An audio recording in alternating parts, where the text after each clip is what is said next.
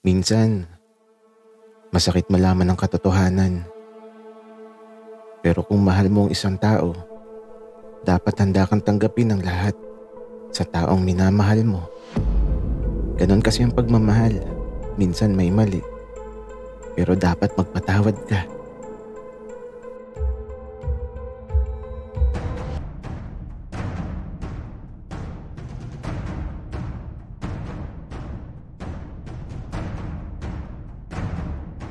Kaibigan, huwag mong kalimutan mag-subscribe sa aming channel at huwag din kalimutan i-click ang notification bell at subscribe button. Subscribe na!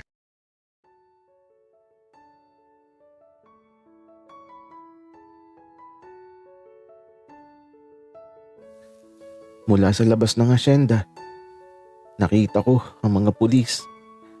Kasama yung nagpapanggap na asawa ng asawa ko. Eto, sumugod ako. Maki, teka lang. Maging mahinahon ka. Huwag mong isasabay sa emosyon mo ang sitwasyong kagaya nito. Kalmahan mo lang. Wika ni Kuya William na nakahawak sa balikat ko. Kaya ito, kinalmahan ko lang. At paglabas namin sa gate, nagulat na lang ako sa mga nangyari. Kasi naman, nilagyan nila ng posa si Kuya William. Tapos, may binasa sa kanyang arrest warrant na hindi ko na naintindihan kasi naging magulo na yung isip ko. Saan niyo siya dadalahin? Wika ako habang ipinapasok nila sa sasakyan nila si Kuya William. Isama niyo na yan para walang problema. Wika nung ex ni Kuya William. Kaya ito, mabilis ako nag-chat kay Dave na hinuli si Kuya William ng pulis. Tapos ito, isinakay kami sa sasakyan. Kaya lang, pagkasakay namin, yung katabi ko, may panyo siya na itinapal sa mukha ko. Tapos ito, nanlaban naman ako. Kaya lang, parang nanghina ako bigla. Tapos, nahilo ako hanggang sa wala na akong maalala sa sumunod na nangyari. Nang magkamalay ako, nasa isang madilim na silid ako. Nakagapos at may tape ang bibig ko. Hindi ako makasigaw. Mag-isa lang ako. Nasaan si Kuya William? Bakit wala siya? Takot na takot ako sa mga sandaling to. Pakiramdam ko katapusan ko na. Paano kung huling sandali ko na tapos ilibing na lang ako kung saan tapos hindi na ako matagpuan. Naluluha na lang talaga ako sa mga sandaling to. Kasi pag-isa lang ako at di ko alam kung nasan ako. Hanggang sa paglipas ng mga oras, may mga ingay ako naririnig sa labas. Subalit natatakot ako kasi nagtatawanan sila. Tapos naririnig ko yung sinasabi nila na dapat daw sa malayo ako itapon. Ayoko pang mamatay. Hindi pwede. Pero paano ako makakaalis dito? Hindi ko alam kung anong gagawin ko. Patuloy lang na lumilipas ang mga oras. Walang pagkain, walang tubig. At hindi ko pa din alam kung nasaan ako. Sa bawat pagpatak ng oras, nangingibabaw yung takot sa puso ko. Hindi ko alam kung anong oras na pero pakiramdam ko gabi na. Dahil sa sobrang katahimikan. Nagdarasal na lang ako na sana makatakas ako dito. Na sana makauwi na kami ng buhay. Pero nasaan na ba si Kuya William? Bakit wala siya dito? Hindi ko na alam yung mararamdaman ko. Magkahalong lungkot at takot. At sa gitna ng katahimikan, natakot ako sa malakas na putok na di ko alam kung saan nagmula.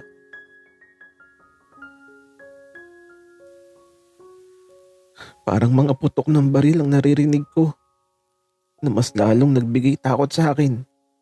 Hindi lang isa, hindi lang dalawa. Madaming mga putok ang naririnig ko.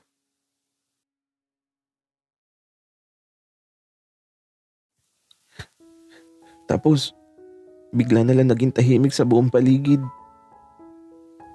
Hindi ko alam kung anong nangyayari sa labas. Basta, takot na takot ako sa silid na to. Kung saan, nakagapos pa din ako. At nakatape pa din ang bibig ko.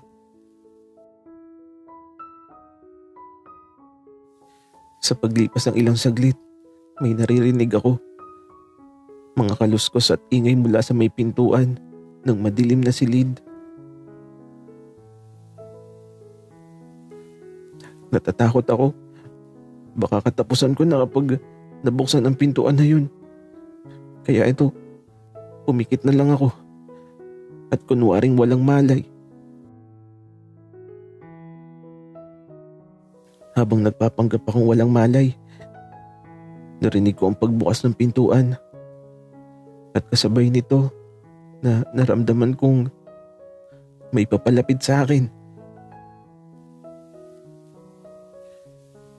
Katapusan ko na ba? Kung oo, masaya ako kasi natupad naman lahat ng hiniling ko. Nakatikim naman ako ng sarap na hinahangad ko. Masaya na ako sa mga bagay na yun. Pero kung mabubuhay pa ako, mas magiging masaya ako sa pangalawang pagkakataon ng buhay ko.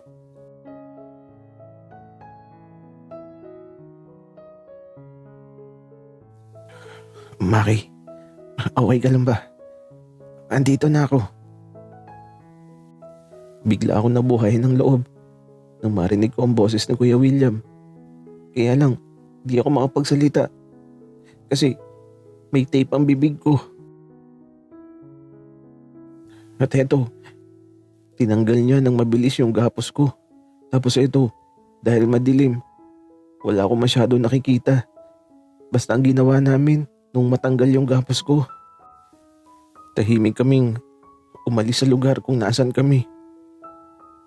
At tumakbo kami papalayo.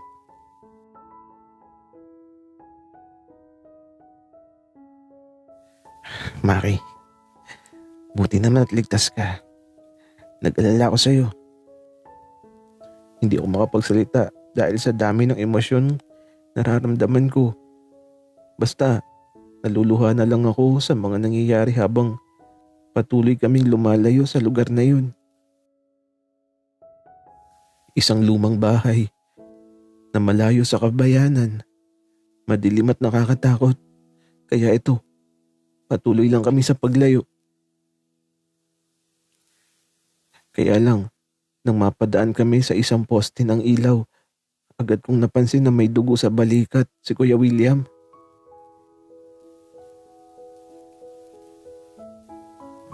Kuya William, ang balikat mo.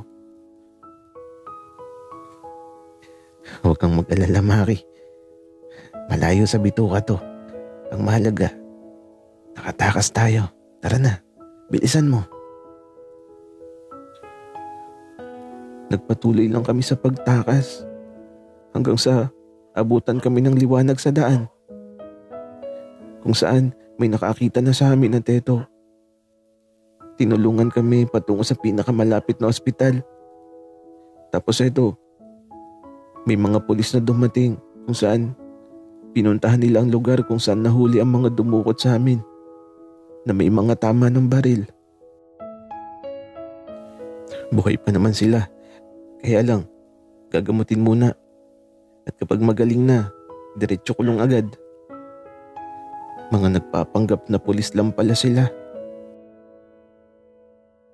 At yung babae, nakatakas, pero hinahanap na. Kaya ito, nagpapagaling na si Kuya William dito sa ospital. Na-recover na din yung mga gamit namin. Kaya ito, nakatawag na ako kay Dave. Nagkakagulo na daw sa asyenda kasi nga nawala na daw kami. Kaya ito, nung tumawag ako kay Dave, naging kalmado na sa asyenda. Papunta na din dito si Dave. Medyo malayo ang lugar na to. Mga 4 na oras ang biyahe. Buti na lang at nakatakas kami. Kuya William, masakit pa ba? Hindi naman masakit, asawa ko. Malayo sa bituka. Pero pag uwi natin, may sasakit sa'yo. Kuya William naman eh. Magpagaling ka muna. Sige na nga, asawa ko. Magpapagaling muna ako. At kapag magaling na ako, alam mo na yun. Oo na, Kuya William. Basta, magpagaling ka muna. Pero, paano pala yung ex-asawa mo? Nakatakas siya. Huwag kang mag-alala, Maki. Maliit na ang mundo niya. At anumang oras, mahuhuli na siya. Kakalbuhin ko talaga yun kapag nakita ko yun. Pero paano ka nakatakas? Saan ka ba dinala? Bakit di tayo magkasama? Basta, Maki, gumawa ko ng paraan para makatakas tayo ng ligtas. Paano nga eh? Ano nangyari? Maki naman, huwag na muna natin pag-usapan. Kaya eto, di na ako nagtanong. Pero, paano nga ba siya nakatakas?